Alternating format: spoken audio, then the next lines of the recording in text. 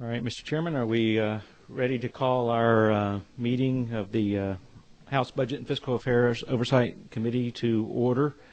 Chairman Martin has asked that I sit in as chair today since the bill before us. We have one order of business. It's House Bill 454, and our chairman is the author. We do have a quorum present and another member joining us now. So we've got on a tight schedule today. We'll go right into the bill. It's House Bill 454, and I'll recognize Chairman Martin to present the bill to the committee. Thanks, Chairman Harrell. And it's not true that Representative Harrell did not run a coup and take over the committee, even though he's chaired the last 2 minutes. I appreciate you doing this. I'm going to get right to the point. We have before us House Bill 454, LC 343754. This is exactly, for those members that were on the committee last year, this is the exact same language that was in House Bill 920 that this committee passed. In fact, worked with a number of groups, including the Governor's Office of Planning and Budget, OPB, and some folks over at Georgia State that prepare the report, as well as the state auditor, to get the language right so that we could encourage the production of an annex to this tax expenditure report, which I have here. It's probably, this year it's 151 pages, I think, and it's probably the most important under-read report that the state auditor does for us every year. That basically, in this report, explains where credits and tax exemptions, how much they cost the state. And what we seek to do, and I'll move on after this and answer questions, but we just seek to add an annex to that report. And you can see the definition of what would go in there in lines 18 through 20, but would add more relevant information for each tax expenditure as to if we could find the legislative intent of why it was done, and then we could look further in if it's accomplishing the task that was the legislative intent. Basically, if I could put this, make an analogy out of this, let's say you had your kids as they were growing up went into business, and you had your first son, or daughter went into business, and they went off and they started cutting grass, and you helped them the first year and you bought the lawnmower. That's what sort of a tax expenditure does, or a tax credit. So you help them get their business started. Over time, the business takes off on its own, and the young man or young lady is making a living in the summer cutting grass. And the next child comes along and they say, well, the grass business is doing good. Let's get in the lemonade stand business. So the first year you bought the lemons and maybe the sugar, and they bought the cups and sold that, and it was going well. And the second year you come by, and your idea is to get them started in the second year, so you only bought the lemons, and they could afford to buy their sugar. Well, if you did a look at that, if we have these expenditure reports, the idea of that help that you would be making for your kids would be to try to get them started in business. And so that's what this annex would say. And we'd look at it every year, and if after the second or third year they weren't making money making lemonade on their own, then they need to go work with their sister or brother cutting grass, because the lemonade business is just not working out for them. So what we want to do is take the tax expenditure report. We want to add these additional relevant items of information so that this committee, along with the Ways and Means Committee and the Appropriations Committee, can look at all the expenses that Georgia's having through tax credits or tax exemptions and find out if they're doing the things that we thought. If they're not, I would suggest that we need to have a conversation about rescinding those and putting those tax expenditures in another place that would help the citizens and taxpayers of Georgia. With that, Mr. Chairman, I know there's some people here that would like to speak on the bill. I know our time is short, but I would stand for any questions the committee may have. One quick question, and then I'll recognize the committee.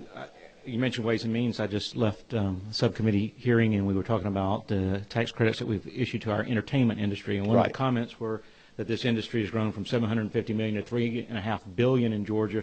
Georgia is now suggested to be the fourth largest industry. So in a report such as this, would we find the value of the credit that the state has provided to this industry, and then when this annex, would there also be information that shows the return on that, for example, the growth of that industry?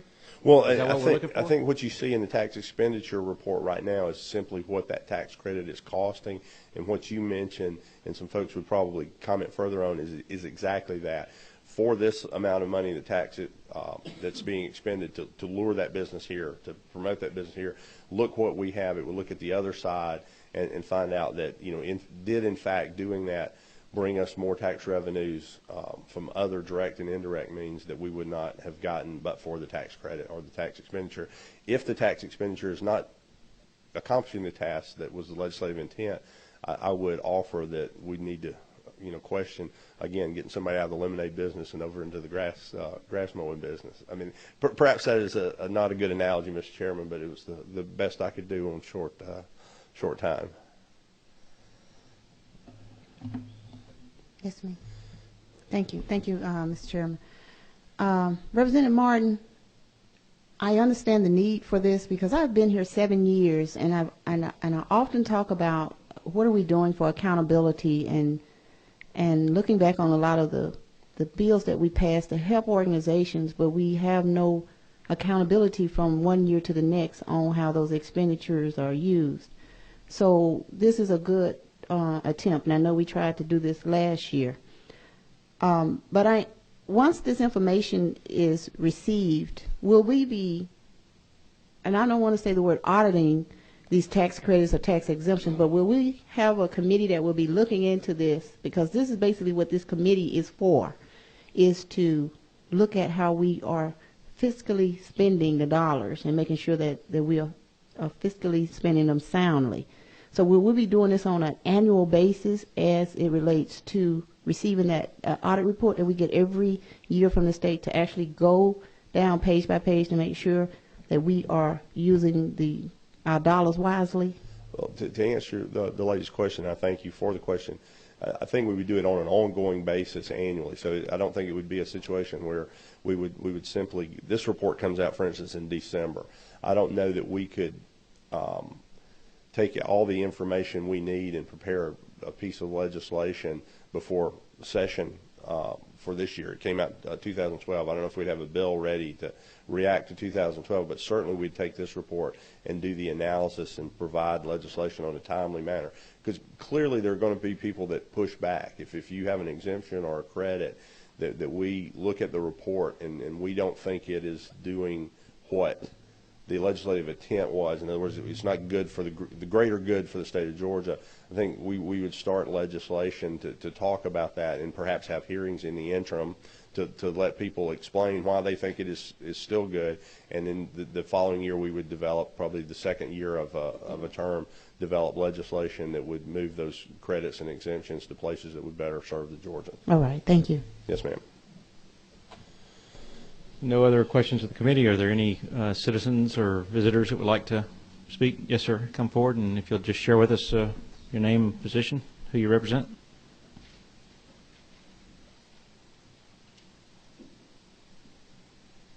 Thank you, Mr. Chairman. I'm Alan Essig with the Georgia Budget and Policy Institute.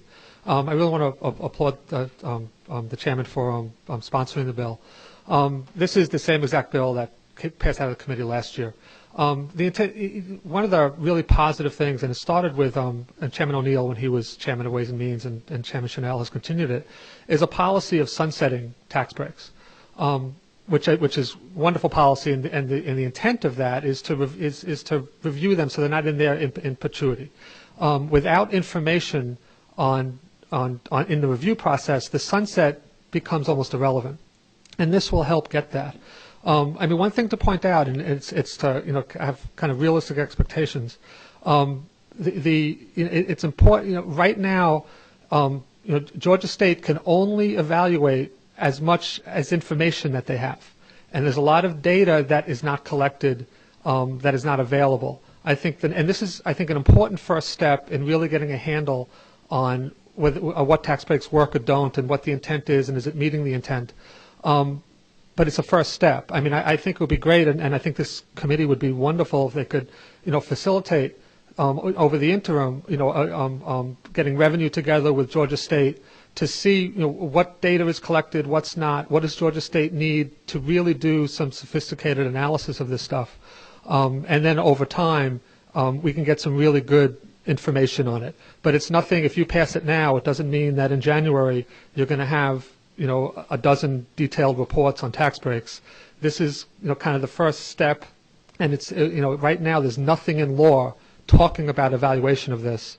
This would give some leverage to have some further conversations on what information do we need, how do we collect it, what resources does revenue have, what resources does revenue need, to really get a handle on this going forward. And I think it fits in really well with the policy and the road that Ways and Means Committee has been taking on looking at these tax breaks, this is the missing link to that. And I think over time, and it may take a couple of years to get us to where we need to go, we can really make some intelligent decisions. And I think it works both ways. It's not just about looking at breaks that don't work. It's, are there things in code that perhaps we should double down on? As these things sunset down, the things that work, we should have no doubt about moving forward. But the things that are questionable, it has a different conversation. So I think it's just a good government piece of legislation that many states, and a lot of it is because of the data that's collected, are way ahead of us on this. And this would be the first step on having a more sophisticated cost benefit of these decisions. Thank you. Members of the committee have any questions? Thank you, Mr. Hester. Appreciate it. Anyone else like to address the committee on this legislation, House Bill 454? If not, I was going to ask for a motion if the chairman would like us to entertain one. That would be fine. I believe I said at a meeting earlier this year, if you have a winner, just sit down. So I would put it before the committee and get your standing. We would move it forward. All right. Does a member have a motion? Move do pass. Motion and second. All those in favor say aye. Aye. Any opposed? Thank you, Mr. Chairman. Do pass, and we'll move on. I'd like to just address the committee on another item if it's please, Chair. Your microphone is on. Thank you. To the committee members, I have a copy of the latest tax expenditure report dated December 13th, 2012.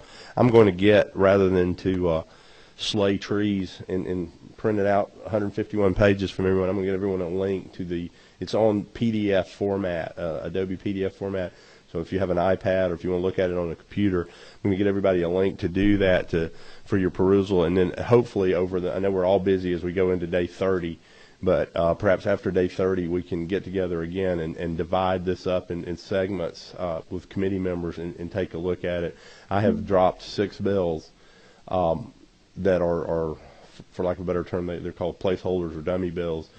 Some in the sales tax area, some in the income tax area, some in the franchise tax area, that if the committee identifies some exemptions and credits that we need to look at, we can put them in there and have discussions as the session goes on and early in the next session. So would appreciate everybody if they would look for that in their email and take some minutes after day 30 to give it a look, and we'll divide that up and let me know of specific areas of interest that you might have, whether it be in sales tax, transaction tax, or income. Thank you, Mr. Chairman. Thank you. If there's nothing else to come before our committee today, we will stand adjourned. Thank you so much.